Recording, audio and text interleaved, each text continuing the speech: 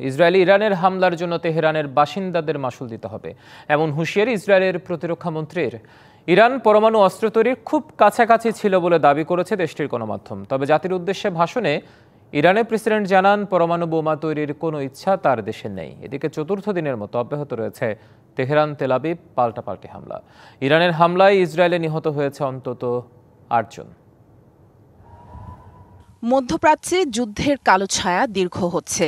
Iran ও Israel দু দেশই একে অপরের গুরুত্বপূর্ণ স্থাপনাগুলোকে লক্ষ্য করে হামলা চালিয়ে যাচ্ছে।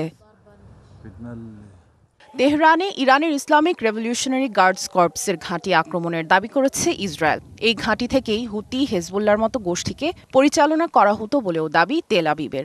হামলার বিষয়ে ইরানের পক্ষ থেকে এখনো কোনো বিবৃতি দেওয়া হয়নি। এর আগে রবিবার মধ্যরাতে তেল আবিবে ক্ষেপণাস্ত্র হামলা চালায় ইরান। শহরটির একটি ঘনবসতিপূর্ণ এলাকায় কয়েকটি আবাসিক ভবন ধ্বংস হয়ে গেছে হামলায়। তেল আবিবে মার্কিন দূতাবাস আংশিক ক্ষতিগ্রস্ত হয়েছে। বন্ধ রয়েছে দূতাবাসের কার্যক্রম, যদিও কেউ হতাহত হয়নি।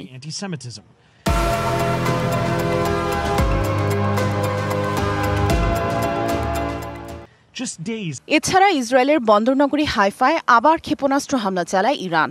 ধ্বংসস্তূপে চলছে উদ্ধার অভিযান। বন্দরের কাছে একটি বিদ্যুৎ কেন্দ্রে আগুন জ্বলতে দেখা গেছে বলে জানিয়েছে স্থানীয় গণমাধ্যম। জেরুজালেমেও বিস্ফোরণের শব্দ শোনা যায়। এদিকে ইসরায়েল তেহরানে পারমাণবিক হামলা চালালে তেল আবিবে পারমাণবিক বোমা ফেলবে পাকিস্তান, এমন দাবি করেছেন ইরানের ইসলামিক রেভলিউশনারি গার্ড কর্পসের ঊর্ধ্বতন কর্মকর্তা এবং দেশটির জাতীয় নিরাপত্তা পরিষদের সদস্য জেনারেল মোহসেন রেজাই। পাকিস্তান এ বিষয়ে ইরানকে আশ্বস্ত করেছে বলে মন্তব্য করেন তিনি। ইসরায়েলে ইরানের হামলার জন্য তেহরানের বাসিন্দাদের খুব শিগগিরই মাশুল দিতে হবে, এ হুঁশিয়ারি দিয়েছেন ইসরায়েলের প্রতিরক্ষা মন্ত্রী ইসরায়েল কাটস। ইরানের সর্বোচ্চ নেতা আয়াতুল্লাহ খামেনিকে একজন দাম্ভিক স্বৈরাচার বলেও আখ্যা দেন তিনি। অন্যদিকে ইসরায়েলের হামলার আগে ইরান পরমাণু অস্ত্র তৈরির খুব কাছাকাছি ছিল বলে দাবি করেছে ইসরায়েলের গণমাধ্যম আর্মি রেডিও। যদিও জাতির উদ্দেশ্যে ভাষণে ইরানের প্রেসিডেন্ট মাসুদ পেজেশকিয়ান জানান, পরমাণু বোমা তৈরির কোনো ইচ্ছা ইরানের নেই। ইসরায়েলি আগ্রাসনের বিরুদ্ধে জাতিকে ঐক্যবদ্ধ হওয়ার আহ্বানও জানান তিনি।